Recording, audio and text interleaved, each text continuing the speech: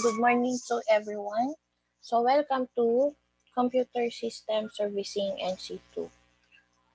So I am your OLC, Michelle Joy M. Raspado from AMA Computer College, Santiago Campus. So computer hardware and software element. So ito na yung week 2 at 3 natin. So from our previous lesson, ano ba ang hardware at ano ang software? So we defined that one last meeting that hardware is the tangible. Pag software, intangible siya. So ano ang ibig sabihin ulit ng tangible? So ito yung touchable. Okay? So kung touchable ang hardware, so ang software naman ay hindi nahahawakan. Okay? So, the student should be able to explain the part of a computer, describe the different hardware available and their function, define software and list various types of software, and describe different types of translator. So, we have the assembler, compiler, and then the interpreters. Okay, so what is computer system? So a computer system consists of different units. So these units have their own function. They are connected with each other via cables or other medium. So these units are connected with a purpose of smooth operation of computer. So we have the four major parts of the computer system. We have the input unit, processing unit, output unit, and storage unit. So this is a complete set of computer system.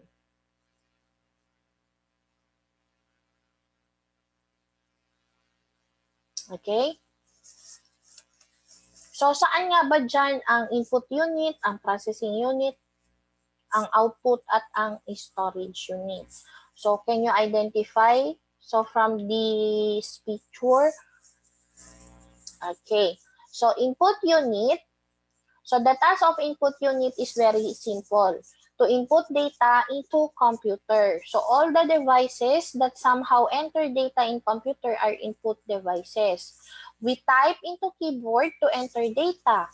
We click on the mouse to issue commands, scan images, record voice, shoot videos, and many ways a computer gets data into it. Okay, so example of these are keyboard, mouse, light pen, joystick, microphone, webcam, video, camera, and others. So all are input unit device. So if we look a bit deeper, so it is the input unit that accepts the user data, convert it in suitable form, string of binary digits known as encoding, so that it can be used by computer. So, andyan yung mga example natin. We have the keyboard, mouse, scanner, camera, microphone. Okay. So, dyan tayo naglalagay ng mga data. Yan yung mga pinipindot natin. Okay. Then, processing unit. So, ano nga ba ang ginagawa ni processing unit? So, from the word na process.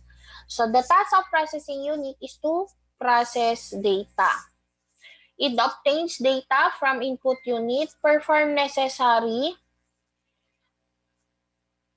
calculation comparison to produce the result. So, this unit is often called the CPU or the central processing unit and consists of three subunits.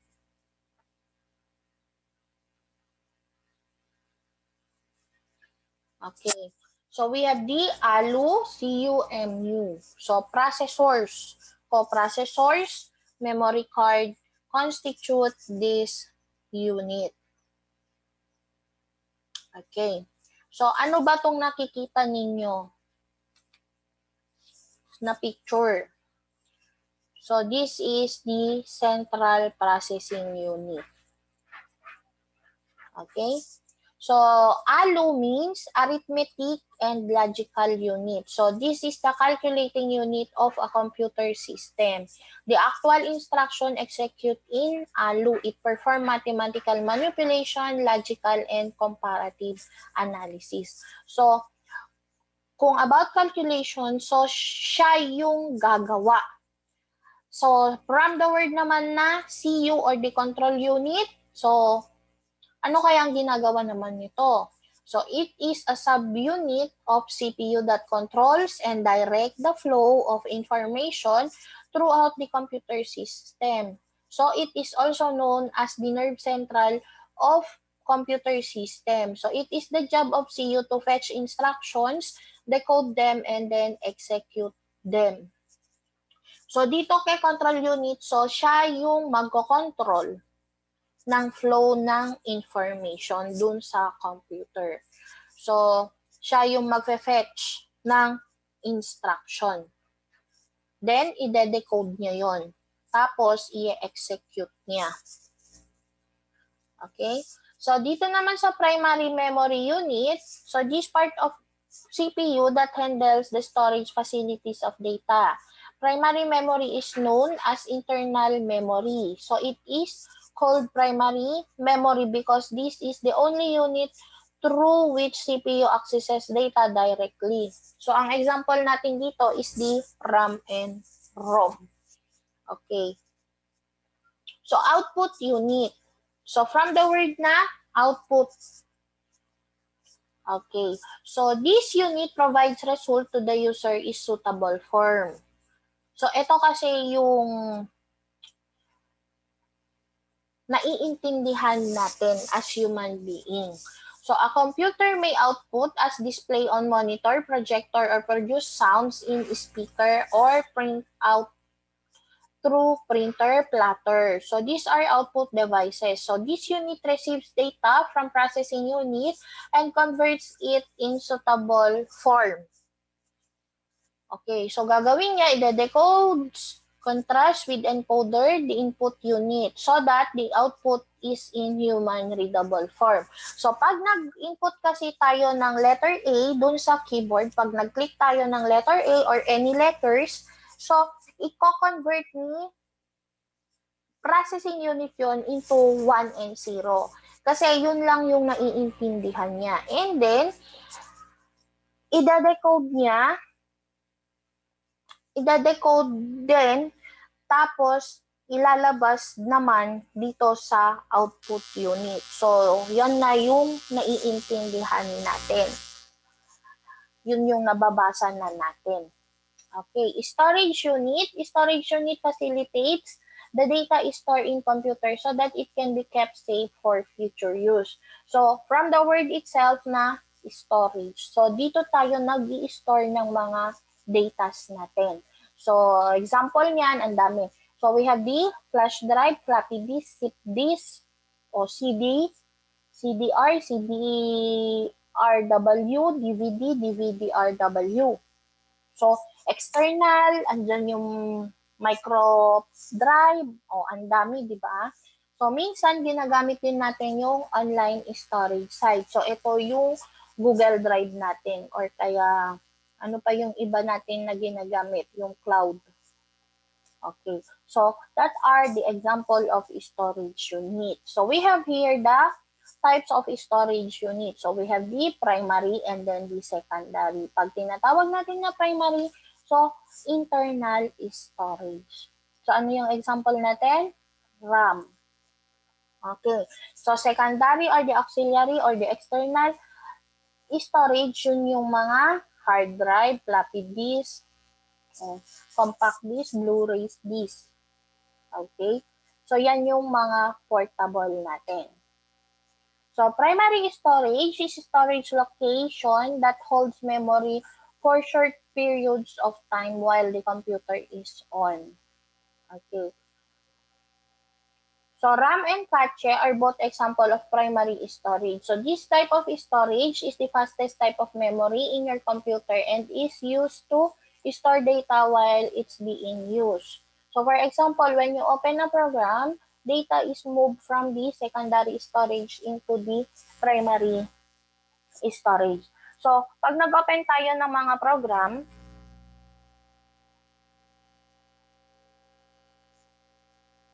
so nanggaling siya dun sa flash drive natin, and then inopen natin yon. So maisisave yun dun sa panandalian lamang sa may RAM natin. Okay? So habang ginagawa natin yon, nasa RAM pa siya. Dun na i-store. Okay, so secondary storage unit is a storage medium that holds information until it is deleted or overwrite regardless if the computer has power. So, yan yung dala-dala natin. Yan yung sinisave natin na floppy, na yung flash drive. Ayan. So, hanggat hindi natin dinidelete or ino-overwrite, so, andun lang siya. Okay? So, kung dinilit na natin, mawawala na yung file natin doon.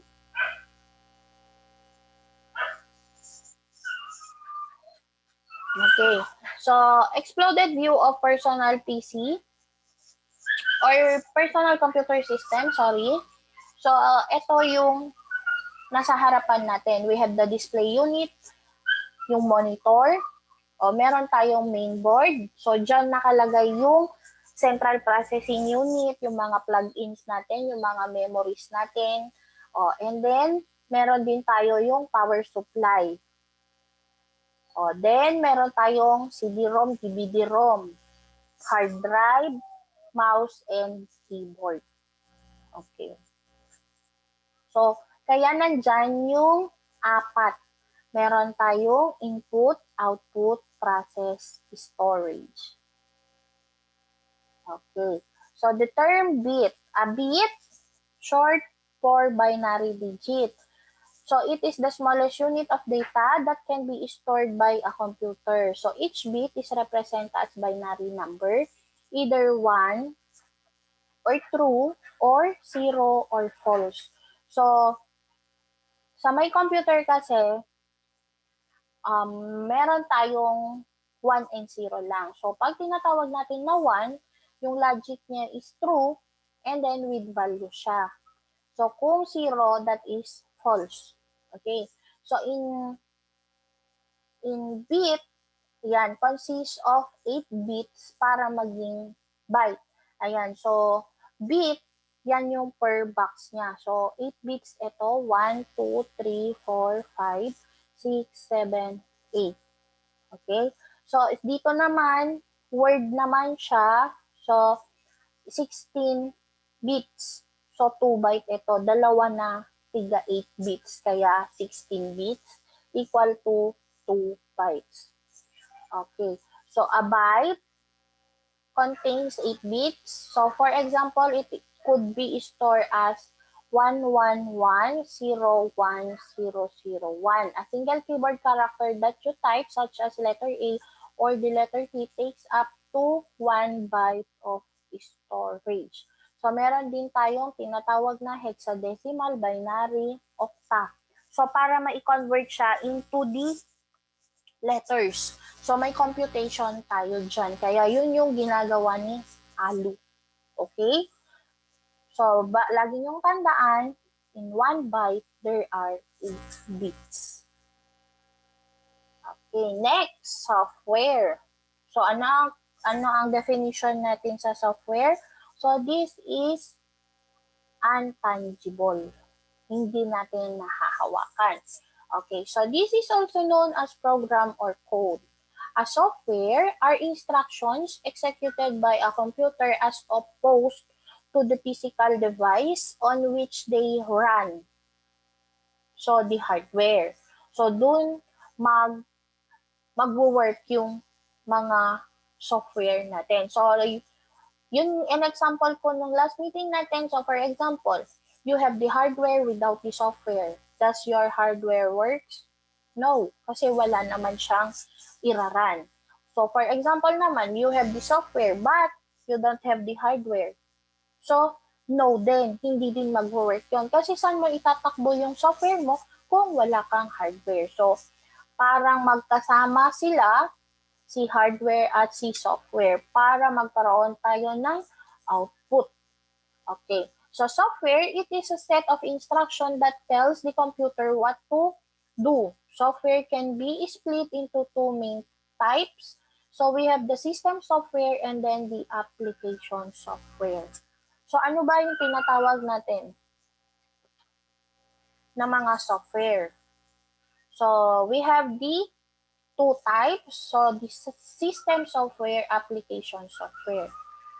So, pag tinatawag natin na system software, so, meron tayong system management program, system support program, system development programs. So, ito yung mga magpapatakbo dun sa hardware natin. So, example is operating system, database, telecommunication monitors. So, yan yung mga examples natin. So, pag application software naman, so, general purposes application and then application specific program. So, yung mga application software, ito yung mga add-ons natin. Pero dun sa system software, sila yung magpapagana dun sa hardware natin. Kailangan natin yun. Parang yung computer, kung wala tayong OS, so parang dyan na lang sa mga cellphone natin. Kung wala tayong OS, o wala yung mga operating system ng cellphone natin, hindi gagana yaang cellphone. Okay? So, yung mga example naman ng application software dyan sa cellphone, ito yung mga ini-install na lang natin. Okay. So, yun yung mga ina-add natin na mga applications. Okay. So, system software is a program that manages and supports the computer resources and operations of the computer system, while it executes various tasks such as processing data and information, controlling hardware components, and allowing user to use application software. So, example yan, yung mga operating systems natin. So, the system management program are applications that manage the application software, computer, hardware, and data resources of the computer system. So, this program includes the operating environment program, database program, and telecommunication monitoring programs. So, among these, the most important system management program are operating system. Kasi sila nga yung magpapagana sa hardware natin. Without any operating system, hindi siya gagana. Okay. So, system support program are program that helps operation and manage of the computer. So, the major system support program are the system utility program, system performance program, monitor programs, and system security monitor programs. So, sila yung supporting programs natin, antivirus, andyan yung mga firewall na ini-install natin. So, that is under support programs. O, pang-develop naman, system develop programs are programs that help user develop information system programs and prepare user programs for computer processing. So, the main system development program are programming language translator, programming environment program, computer-aided software engineering packages. So, yan yung mga pang-programming na system natin. Yan yung Java, COBOL, o C++, Python. Okay. So, it's all about dun sa development, pagdi-develop ng system. Okay, example of system software. O ito, yung mga operating system natin. So, Linux, Microsoft Windows, Mac OS, DOS. O other system software, ayan, BIOS, HD detector boot, device driver software. So, yung mga driver natin, yung example is yung graphics, sound card, yung mga yon, yung mga drivers niya. Linker software, assembler, and compiler software. So, application software consists of programs that direct computer to perform specific information processing activities for end users. So, ito yung example natin is yung word processing software. Ito yung mga Microsoft Office na ini-install natin. So, this software enables user to create and edit document, MS Office, MS Word, Notepad. So, ang application, yun yung mga add-ons. Yung mga gusto nating gawin na kailangan natin na mag-install ng software. Yun yung mga application software. So, database software. So, it is a structured collection of data. Database software allows user to store and retrieve data from database. So, ito yung example natin, Oracle. Yung gagawa tayo ng database, MS Access. Multimedia software. So, from the word ng multimedia. So, they allows user to create and play audio and video files. So, ano ba yung example nito? Yung KineMaster, Photoshop, ay sa pictures pala yung Photoshop. Ano pa? Yung mga pang videos natin. Presentation software, the software that is used to display information in the form of a slideshow is known as presentation software. O ayan, yung PowerPoint. Prezi. O yung mga yon, madami pa tayong pwedeng gamitin na presentation software. Other types of application, enterprises software, it deals with needs of organization, process, and data flow. Educational software, so it has the capabilities of running tests and tracking progress. So it is often used in teaching and self-learning. Okay. And then simulation software. Used to simulate physical or abstract systems, simulation software finds application in both research and entertainment.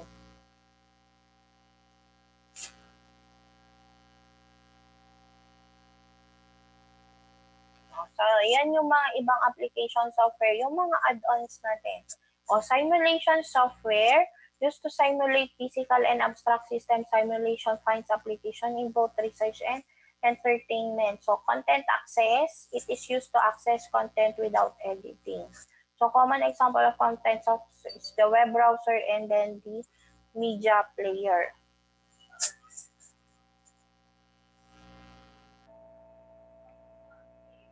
Yan yung mga Google Chrome, yung mga ginagamitan natin ng mga web browser, Firefox, Safari. Okay? Yung media player natin, ano yung mga nandyan? Windows Media. Okay. So, application suites. An application suite is an important type of application software. So, consists of a group of application combined to perform related functions. So, information worker, individual project within a department, individual needs to creations and management of information are handled by information worker software.